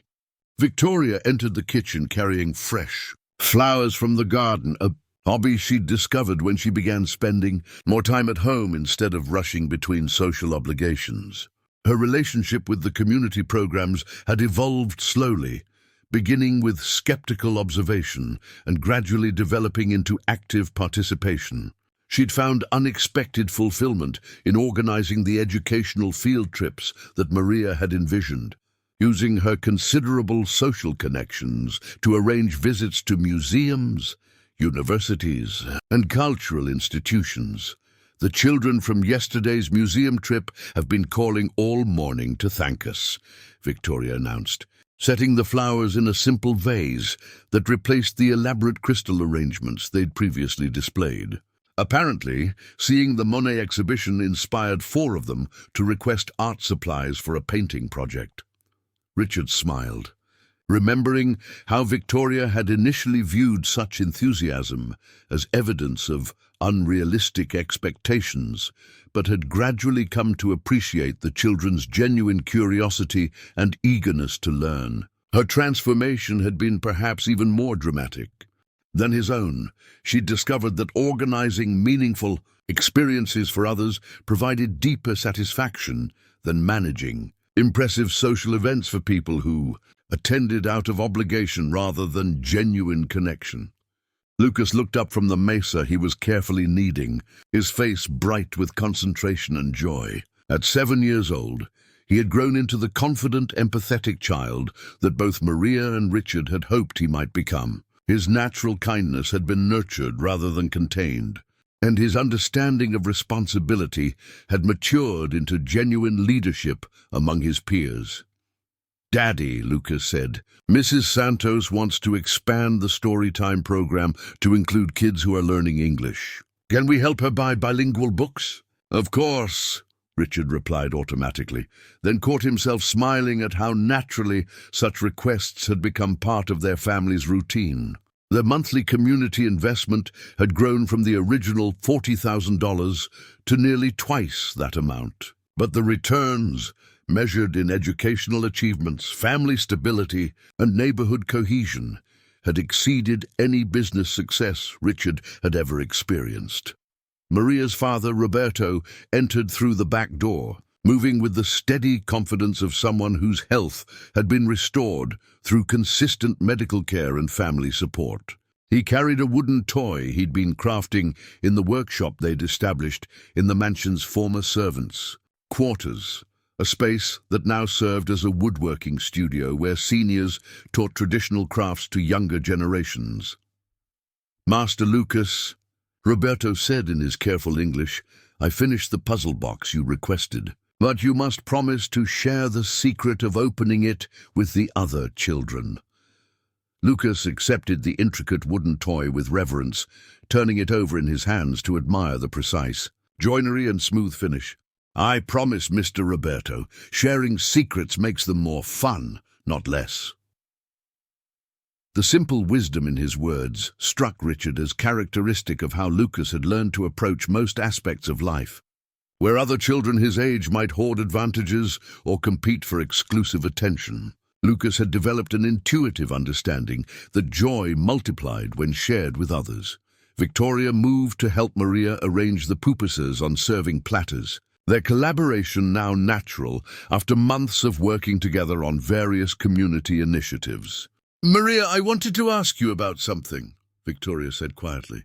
"The Henderson family has been asking questions about our community programs. Margaret Henderson mentioned that their son seems lonely despite all his expensive activities and private tutoring."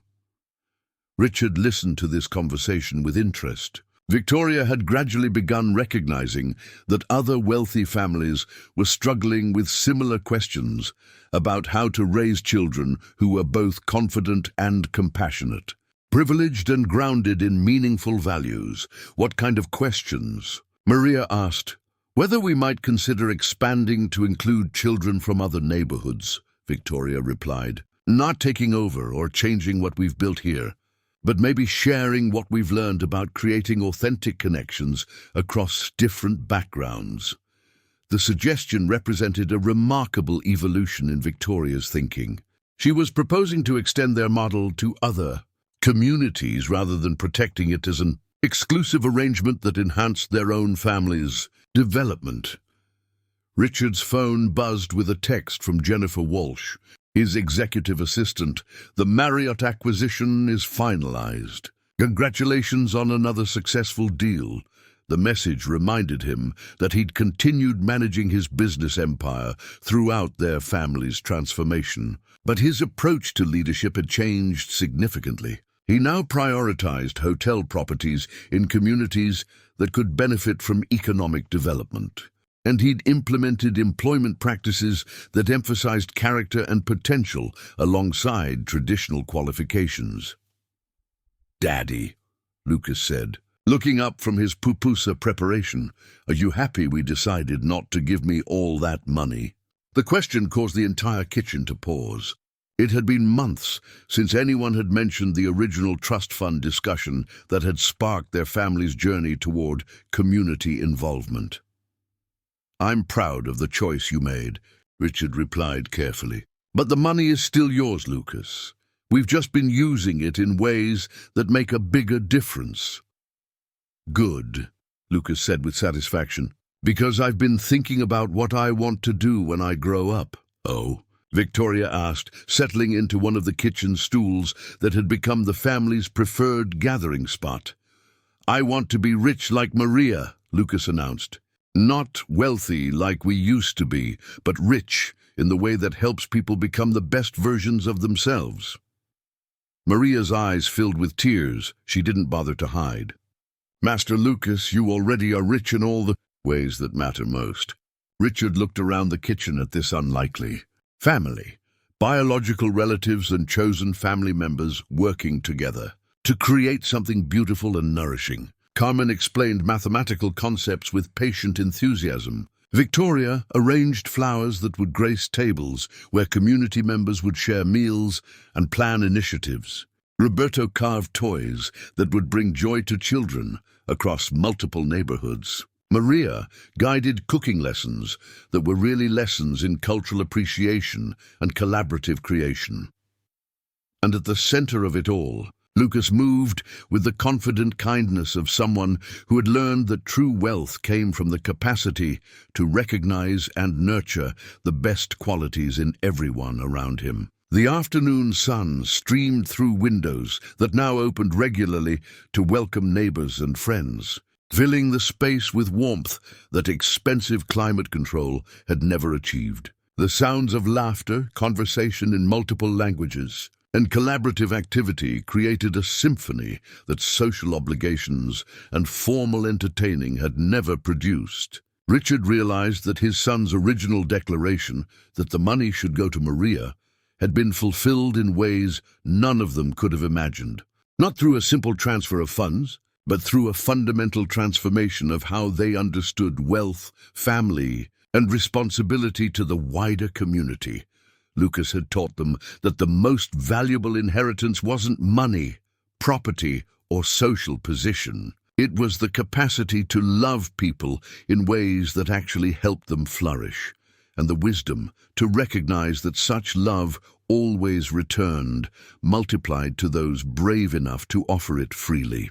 As Maria called everyone to gather for their shared meal, Richard felt profound gratitude for the unexpected journey his family had taken. They had begun with a child's simple declaration about fairness and arrived at a completely new understanding of what it meant to live a rich life. The wooden toy Roberto had crafted sat in the center of the table, a beautiful puzzle that could only be opened through patient collaboration, revealing treasures that were meant to be shared rather than hoarded. It seemed the perfect metaphor for what Lucas had taught them all, that the most meaningful mysteries in life were solved not through individual cleverness, but through the collective wisdom of people who cared enough about each other to keep working together until everyone found what they were looking for.